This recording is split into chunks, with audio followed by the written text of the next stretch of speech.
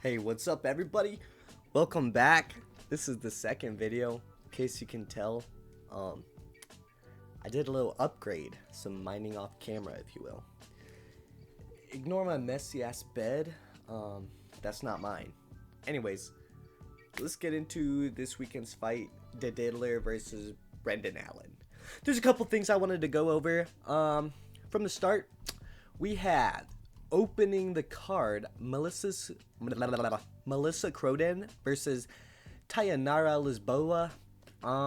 It's Melissa's debut from the LFA. She's a powerhouse from the LFA, standing at a whopping 5'10" for the women's bantamweight division. She's going against a pretty good grappler, so should be fun. We'll see where that goes.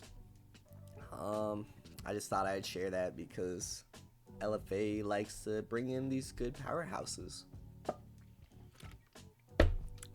Next, Asma Bekoya versus Yusri Belgaroui. If you don't know who Yusri Belgaroui is, it's Alex Pereira's main training partner, standing at a whopping 6'5". He actually makes Alex Pereira look small, which is pretty impressive. Belgaroui fought on Dana White's Contender Series twice. He lost his first fight against a grappler by decision, but his second fight, he did get the knockout. So we'll see what he does in his UFC debut. Dana White wasn't a fan of signing him, but he's giving him a shot. Asma Bekoyev is 20-3, so we'll see how that goes through. But yeah, I mean, Asma Bekoyev is 6 foot. Yusri Belgaroui is 6'5", so, and he's a kickboxer, Dutch kickboxer. So we'll see how that plays through. Anyways, what else do we got here on the website? Stephanie Luciano versus Ravenna Alarera. I don't know who those people are. Kyle Propolek versus Drew Dober. Drew Dober's got a granite chin. So yeah. Danny Barlow and Jordan Santos. No idea. Should be a fun fight. This Bruno Silva versus Hyung Sung Park. Bruno Silva sucks. I don't care what you say. Looking at his stats here, I mean, he did fight Joshua Van and got knocked out in the third. But Joshua Van's fighting Pantoja next, and it's well deserved. Joshua Van is a well-rounded fighter, and Bruno Silva sucks. He lost to Manel Kape, but don't tell anyone said this, but Manel Kape he's a great fighter. And he lost to fucking Durden. I mean, I don't know what else to say about him. He just sucks. But then, our main event for the prelim, the next bantamweight GOAT, Charles Jourdain. Now you're like, Jacob, Charles Jourdain sucks. No, he doesn't. He's going against Davey Grant from England. But Charles Jourdain's the next bantamweight GOAT. I mean, this guy, never bet against him. Never bet against him. He beat freaking, what's this guy's name?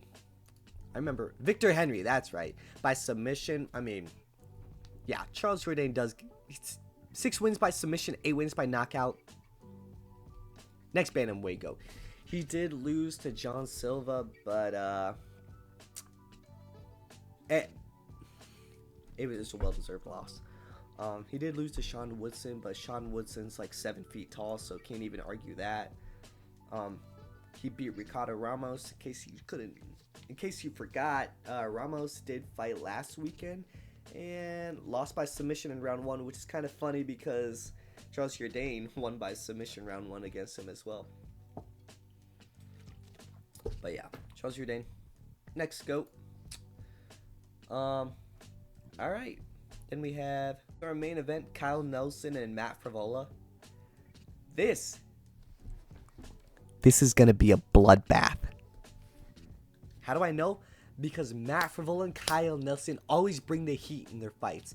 Now, Matt Frevola in his last fight did get brutally knocked out by Fares Ziam, but that's only because Ziam is literally like 8'6" or something like that. I just remember watching that fight. His coach is calling, Frevola, turn into him, because they were clinched against the fence. As soon as he turned into him, he got a knee to the dome and just lights out. But you better not miss this fight. You better not miss this.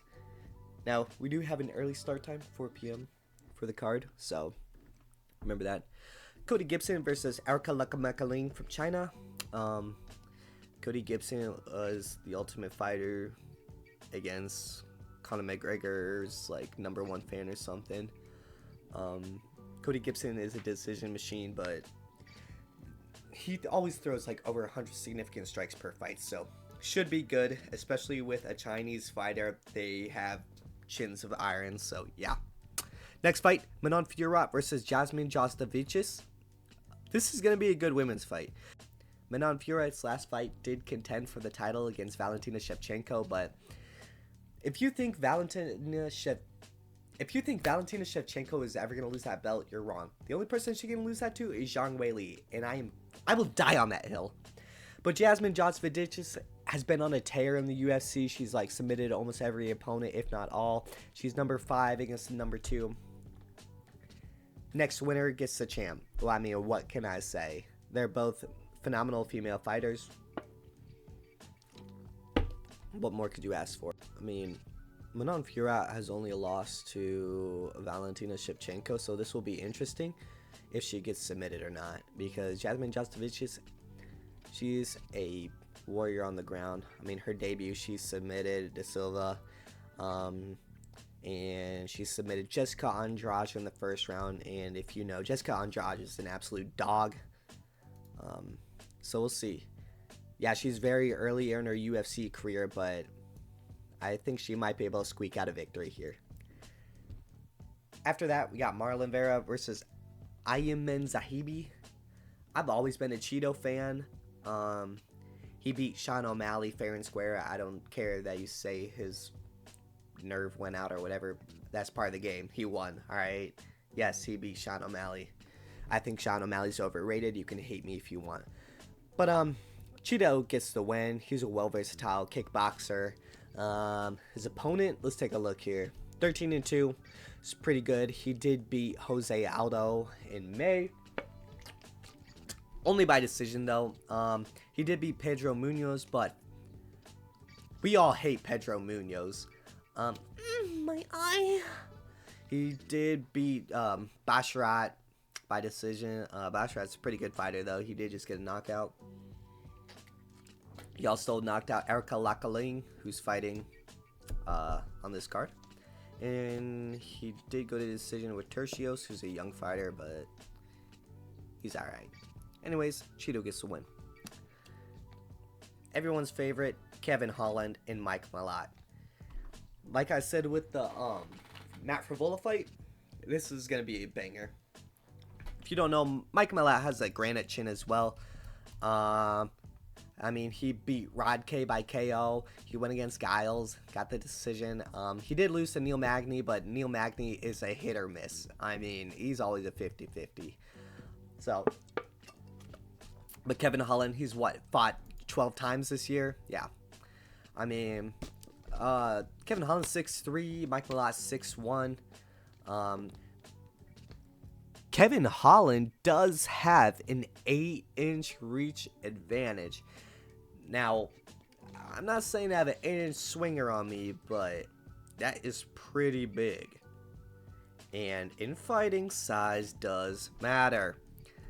So I might have to say Kevin Holland definitely takes that. And now for our main event, Renier Diddler versus Brendan Allen. This is a grappler's matchup delight. Yes, Brendan Allen has been getting the W's. He's #9. He did just beat Marvin Vettori by decision. I don't know what Vettori was doing in that last fight. He didn't look too sharp, and he just was kind of, I don't know. I mean, props to him for getting through the fight, but it just wasn't his night. He did lose to Fluffy Hernandez, but as we know, Fluffy is probably going to fight for the title. He was supposed to fight the Diddler, but that got called off because Hernandez did get an injury. Brendan Allen did lose to Nasruddin Imavov, which is one of my fan favorites. But besides that, he's a great fighter. I mean, he's all in. That's why his nickname is that. 25-7, pretty good. But Renier Diddler, he only has 4 fights in the UFC, and I actually did see his debut, and I've been following him ever since. I'm low-key a fan. I have my Diddler card here. It's 202 out of 250. Probably not worth much, but I still like that. He did debut against Gerald Masharat, the GOAT, and he submitted him. He did fight Kevin Holland. I did have Kevin Holland by submission in that fight last year. Or actually, I did have Kevin Holland by submission in that fight, and the Diddler got it. And that's when I realized, okay, this Diddler dude is pretty stinking good. And then this fight, when the Diddler fought Bo Nickel, like the next hype star of the UFC, everyone was hyped for this. I mean, it could have gone either way. No one knew. Now, I think Bo Nickel is way overhyped, like Sean O'Malley. So I did have the Diddler's money line on this fight. And when we watched the fight, I mean, the Diddler literally put on a fighting class against Bo Nickel. I mean, Bo Nickel looked like he'd even know how to throw a single strike. Took a couple of knees to the stomach and finally was like, fuck this, I can't do it anymore. And went down, and the Diddler got the knockout against him. And then in our last main event, when was this? July 26th, he fought Robert Whittaker, and we all know Robert Whittaker is like the gatekeeper of the middleweight division, but the Riddler he's looking okay. He did get rocked a couple times, but that's typical against Robert Whittaker. Robert Whittaker low-key could have got the finish, but he just didn't. And the Diddler did get the split decision. I'm not going to lie, I did have the Diddler's money line on this one, so I'm happy he squeaked out the victory, but obviously the Diddler's striking needs a little working on, so hopefully in these past couple months he got that up in his upcoming fight against Brandon Allen. Now, obviously, I feel like whoever wins this should fight for the #1 seat in the middleweight division. And if we look at the rankings real quick, sorry, I don't know off the top of my head, but Drake is the #1. So that's a potential matchup I could see. The Diddler versus Drakus. Or I'm pretty sure the next fight, though, for the champion, Hamzat, is going to be Nasruddin Imavov. I don't know what to do with Sean Strickland. Give him Israel Adesanya when he comes back, because if y'all remember that fight against Izzy and Sean Strickland, whoo! But that's all I wanted to hop on here and talk about really today. Later in the week, when we get more odds, I will give you my best bets based on stats and my fighting analysis IQ, because it's above the average couch potato who be watching the fights on the weekend. Anyways, hope you enjoyed this little video. Like, subscribe, comment what you liked, what you didn't like. I did invest like $300 in this microphone and camera, so hopefully good things to come from this. I'm not sure how I'm doing with like the script. I just have a Google Doc open with like some stuff I want to talk about. If you want me to talk about every fighter and break them down, or just like the main fan favorites or stuff like that, just let me know. And I'll see you guys later this week. Thanks for watching, and peace.